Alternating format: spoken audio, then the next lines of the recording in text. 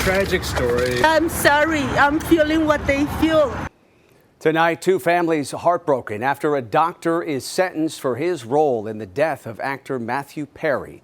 Good evening, everyone. Welcome to West Coast Wrap. I'm Alex Savage. Dr. Salvador Plasencia was sentenced today to 2.5 years in prison for selling ketamine to Perry, who died from an overdose in Los Angeles in 2023.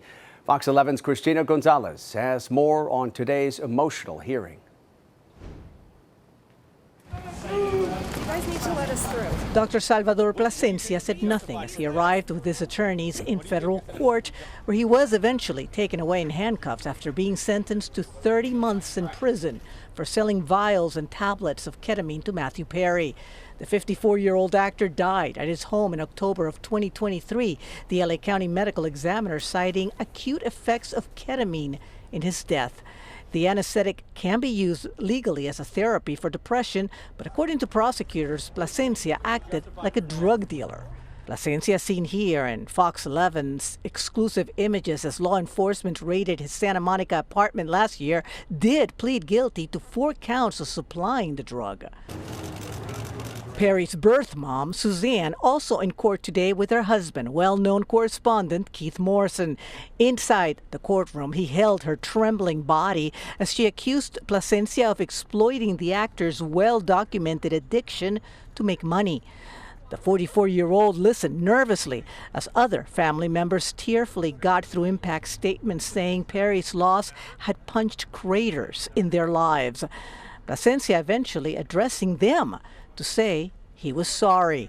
The 2.5-year sentence is somewhat less than prosecutors and the family wanted. I really don't like to talk about, so let's just cut this off now. Thank you. The only word from Perry's family as they left the courthouse. My son has a good heart and he was really sorry. That's Plasencia's mother with her message for the actor's family. I'm sorry. I'm feeling what they feel. And that was Fox 11's Cristina Gonzalez reporting tonight. During today's sentencing, several of Perry's family members described their overwhelming grief in the courtroom and said Salvador Plasencia exploited Perry. I talked earlier with TMZ's Charles Latiboudiere about the victim impact statements that they submitted to the court. They also referenced one of the most just disgusting and shocking things that came out in this case once the arrests were made. This text message between Plasencia and another one of the doctors who was charged in this case, where Plasencia said, "Let's see how much we can charge this moron," referring to Matthew, for the ketamine. So they referenced that and said, look, there's an example of how this quote-unquote doctor was preying on Matthew and his addiction. Prosecutors were asking for Plasencia to be sentenced to 3 years in prison, while his defense attorneys were seeking just 1 day behind bars along with probation. 4 other people charged in connection with Matthew Perry's death have already pleaded guilty, and they are all awaiting sentencing. We turn now to Stockton, California, where a vigil is taking place tonight as the city continues to mourn the loss of 4 young lives taken in a mass shooting over this past weekend. That vigil is an annual event to honor those who've died as a result of violent crime. As KTVU's Janet Katsuyama tells us tonight, it comes as the community is grappling with this shocking act of violence and the ongoing search for the shooter. Stockton's youngest residents are feeling the pain of this mass shooting. We put the flowers right there and dropped them off because we love the kids so much, and one adult died too. That breaks my heart so sad. The fatal attack at a 2-year-old's birthday party Saturday, November 29th, has left 3 children and a young adult dead and more injured.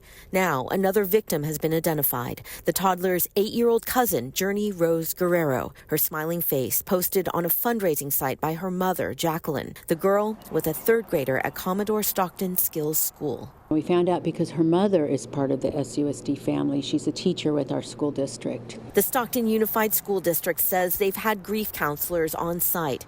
Heartbreaking for all the schools, especially Journey Rose's classmates and teacher. When she told this 3rd grade classroom that their friend was killed, that she was crying and that some children just started crying and that others in the classroom went and put their arms around each other. School district officials say the other 8-year-old killed, Maya Lupian, was a district student last year. The San Joaquin County Sheriff's Office is still looking for the shooter who opened fire on the party. The uncle of the 2-year-old was there and taken into custody for parole violations, but is not considered a suspect. He described the chaos. And like all the kids just fall, like the little girl fall and the little boy fall because they were right next to me. At the site, the Stockton police chaplain and community members gathered Wednesday to pray for those girls and the other victims, 14-year-old Amari Peterson and 21-year-old Susano Archuleta. It's hard for people, that's losing their kids right now. So just came just to pay our respects. Very traumatic, especially the fact that there's children. Children weren't involved in any kind of nonsense that brought this on themselves. And so it's frightening for parents. It makes people angry. Congressman Josh Harder, addressing the shooting in Congress Wednesday, is calling for more federal resources to help support local investigators. Clearly, this was a targeted act. And so we're going to need a much deeper community-wide focus on prevention to stop this kind of violence into the future. And that's going to require some federal aid. We're going to need more investigation resources, more bodies on the street, and ultimately we're going to need to break up these gangs. The San Joaquin County Sheriff's Office is taking the lead in this investigation. So far, there have been no arrests, and many people in the community say they are worried about public safety. They hope that investigators can identify some suspects soon. Reporting from Stockton, Jana Katsuyama, KTVU, Fox 2 News. A memorial service was also held today for a Southern California police canine killed in the line of duty. Canines and their handlers watched the solemn procession unfold in Burbank today. Canine Spike was assisting his handler, Officer Corey Salas, as police were trying to arrest an armed suspect. Authorities say that suspect shot and killed the canine. Spike was wearing a bulletproof vest at the time, but did not survive those injuries. The suspect was then shot and killed by police. Spike's courage gave our officers critical time and awareness, time that, I'm certain, protected lives. Spike served with courage, he served with loyalty, and above all else served with the devotion that reflects the very best of our canine program and our department. Spike is also going to be remembered and honored at the city's Rose Parade float coming up on New Year's Day. A U.S. Air Force pilot is recovering tonight after ejecting from a fighter jet in the Southern California desert today. The pilot's F-16 aircraft went down during a training mission in San Bernardino County this morning. She and the jet are based at Nellis Air Force Base outside of Las Vegas.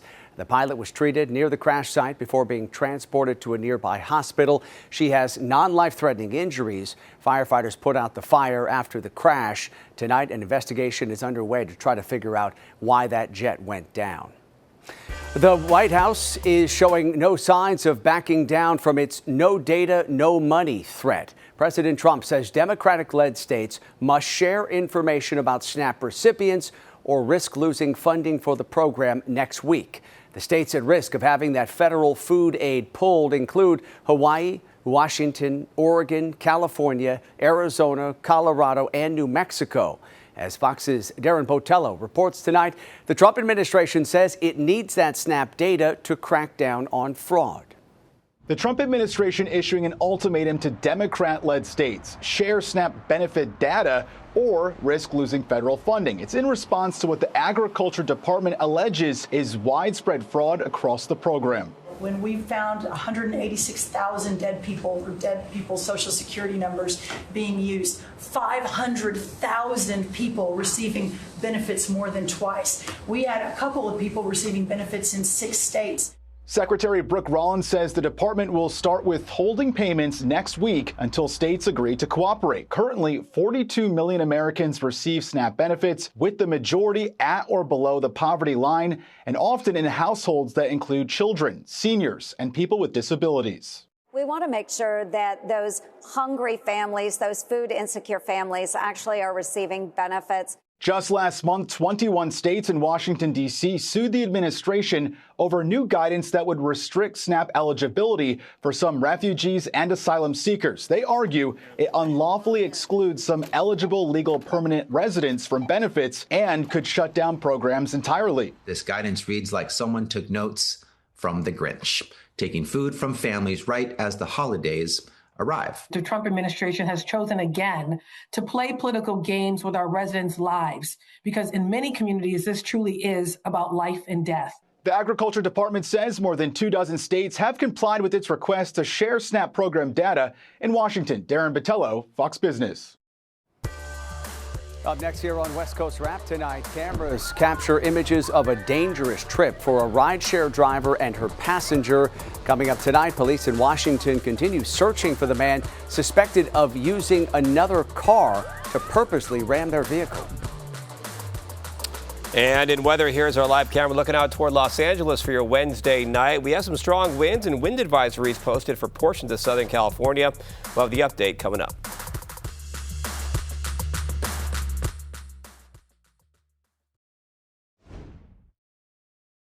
Police, fire, medical. Yes, please. It's ramming us. Newly released dash camera video shows scary moments for a rideshare driver and her passenger. Police in Vancouver, Washington say a man in another car repeatedly rammed that rideshare vehicle last month. Authorities believe that driver was the husband of the passenger inside the rideshare. Police are still searching for that man tonight. The rideshare driver was able to get to a nearby police station for safety. She was injured in those crashes and taken to a hospital for treatment. Authorities have not said whether the passenger in that rideshare vehicle was injured as well. Well, tonight it appears a West Coast Border Patrol leader is playing a role in an immigration enforcement crackdown in the South. Today, Greg Bovino was spotted outside of New Orleans as the Trump administration ramps up what it's calling a swamp sweep. The Trump administration's goal for this operation is to arrest around 5,000 undocumented immigrants over several months. Immigrants in Louisiana and Mississippi are the targets. Bovino is the chief Border Patrol agent for Southern California's El Centro sector. Washington Congresswoman Pramila Jayapal is pushing a bill that would restrict certain Department of Homeland Security practices.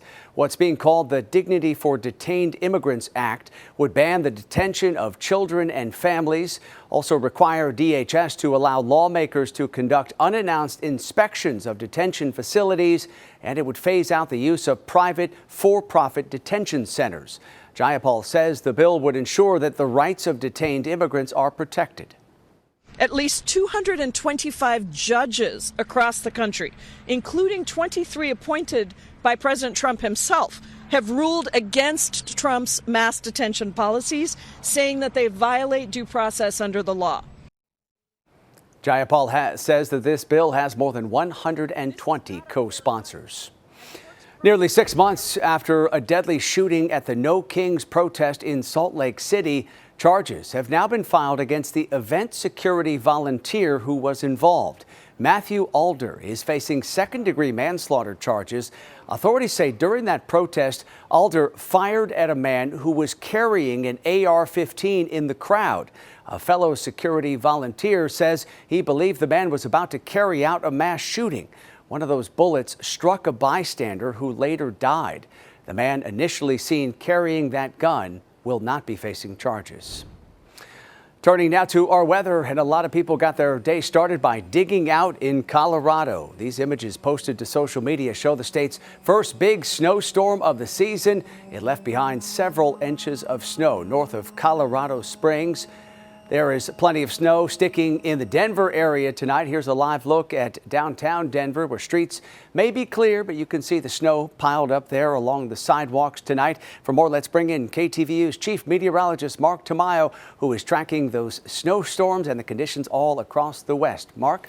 Hi there, Alex. Yeah, what's interesting, Denver, the snowfall for today, but more sunshine in their forecast for tomorrow. In fact, those clouds are trying to clear on out. So this was the radar imagery throughout the day today. Lots of coverage here to show you for portions of Colorado you can't check out on the maps. And as we check out all the storm reports, look at all these. They're just populating the maps out toward portions of Colorado. We'll just pick out one of many here. You can see this one report from earlier this morning reporting about 6 inches of a new snowfall accumulation, and that was just from this morning. As we show you the maps down in Southern California, first actually I want to talk about the winter weather advisories in place. No longer in place for Denver, the main action kind of shifting on out to the south. Now down in Southern California, they have some stronger winds in their forecast and a wind advisory in place right now until Thursday afternoon, 3 o'clock, and winds could be gusting possibly to over 40 miles an hour. So here's a look at the big picture on the satellite and the radar. Once again, you can see that system kind of moving into portions of Colorado from earlier today. And then we have this storm setting up out here in the Pacific, and it will be a very active weather pattern in terms of rainfall up in the Pacific Northwest over the coming days. Right now, the radar, not a lot to show you in Seattle. In fact, this was the scene today in Seattle with a temperature of 46 degrees. Lots of cloud cover out there. More rain in their forecast beginning tomorrow. In the San Francisco Bay Area, some sunshine for San Francisco. Temperatures in the 60s. And then in Southern California, beautiful sunset earlier today. Of course, temperature in Los Angeles of 69 degrees, flirting with the 70-degree mark. Phoenix right now checking in 57. Reno, Nevada, 37 degrees and some 40s for Portland and up in Seattle. Here's the plan for tomorrow. As you can see, it's a nice forecast for Phoenix. Sunshine returns out toward Denver, so they have the snow day today. More sunshine for tomorrow. We talked about the winds in Southern California, clearing skies for the Bay Area, and this will be the developing weather story with rain beginning up in the Pacific Northwest. In fact, here's one of the forecast models giving you the estimate in terms of rainfall. We're not just talking about light amounts. Rainfall could be picking up, especially up toward Portland and Seattle as we head into the weekend. So here's the forecast model. We'll put it into motion. As you can see here, the snowfall moving out of the Denver area, but the rainfall moving into the Seattle area tomorrow morning. This is 3 o'clock tomorrow afternoon. So the bulk of the active weather is focused up here with the rainfall and the snowfall, just some high clouds drifting into portions of California. So here's the plan over the coming days. San Francisco, a mixture of sun and clouds. Los Angeles, once again, more sunshine. Some gusty winds. Phoenix, temperatures mainly in the 60s. More sunshine for Denver. But it was interesting, Alex, here up in Seattle, multiple rainy days, a kind of an atmospheric river pattern setting up with significant rainfall Thursday, Friday, Saturday. If we were to continue this, maybe into Sunday and into Monday. So it could be a long stretch of wet weather focused up in this portion of the West over the coming days. Right, yeah, keep the rain jacket handy up in the Seattle area. Okay, Mark, thank you. Okay. Horse trainers all across the West are taking action in the hopes of sparing their animals from an ongoing virus outbreak. We told you earlier this week that 4 cases of equine herpes virus have already been confirmed in the state of Arizona. Tonight, Fox 13's Shiro Matsuzawa shows us what some trainers in Washington are doing to try to protect their horses. Oh, here you go. Well, here at Seattle Farms, none of these horses are infected with the virus, but they tell me that they are taking precautions just in case. Surrounded by trees, perched on a hill, horses roam freely at Seattle Farms. Some of these horses are very, very old that have lived here all their lives. Gloria Safara is the grandma of the farm. She says it has been in their family for more than 100 years.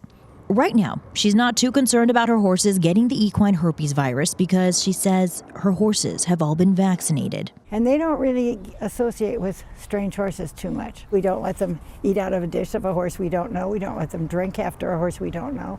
We don't let them sniff noses with a horse they don't know. Amber Idle is a state veterinarian for the Washington State Department of Agriculture. She says about 1,200 horses were exposed to the virus during an event in Texas last month.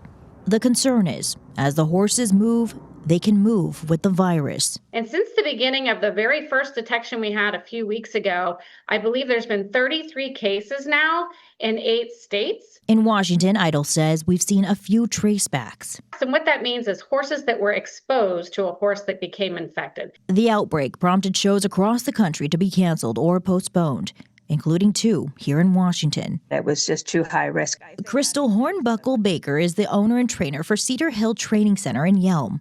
She was supposed to take her horses to the shows, but instead, they're now on lockdown. So we're just not taking any chances. She says none of her horses have been exposed, but out of caution, she's not allowing any outside horses into her facility. So it makes it so a lot of people can't get help with their horses during this time.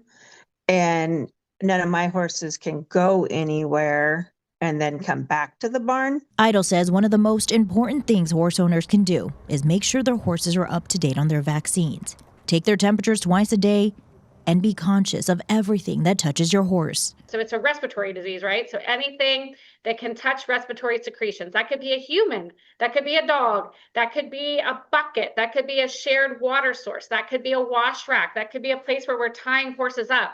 Those places all have risk associated with carrying that virus and allowing it to transmit horse to horse. Shira Matsuzawa, Fox 13 News. Coming up tonight here on West Coast Wrap, the governor of Utah rolling out a plan that aims to protect people from the risks of AI, how this proposal would regulate the technology.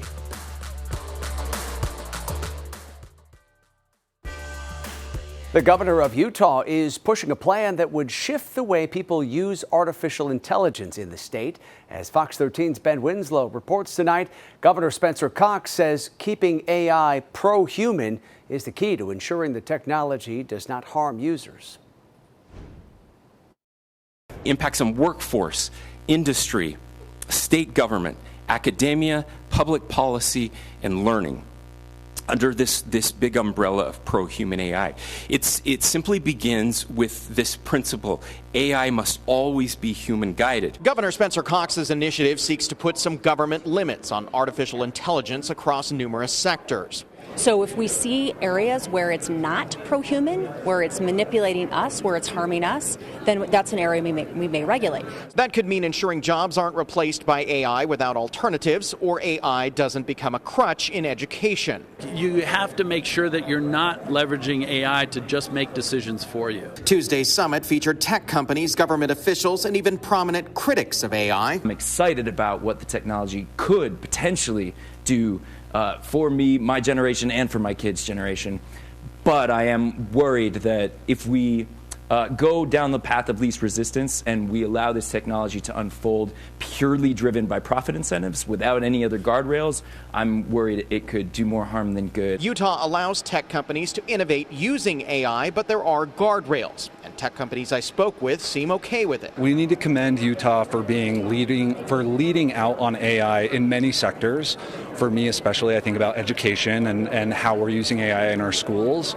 I think there's big opportunities to do that right if we lean in and do it together. Utah's legislature has passed laws regulating chatbots and deepfakes. AI can be a very powerful, beneficial tool. It can make everything more efficient, more effective, streamline things, but at the end of the day, if it's not supporting the human experience, then that's problematic. There are also plans for more laws on AI companions and AI-generated videos. Utah's AI positions could place it at odds with the president and Congress, who've threatened large-scale deregulation. The governor signaled a willingness to fight. I would much prefer that we had a Congress that could actually pass a bill, that could actually do something that could function the way it was designed to function. But if it is not going to function, then the states must act, and we must have the ability to do that, and we will fight for that ability to do that. Now, those new AI regulation bills will be considered when the legislature begins meeting next month. At the Salt Palace, Ben Winslow, Fox 13 News, Utah. And that does it for West Coast Wrap tonight. We appreciate you watching. As always, have a great night.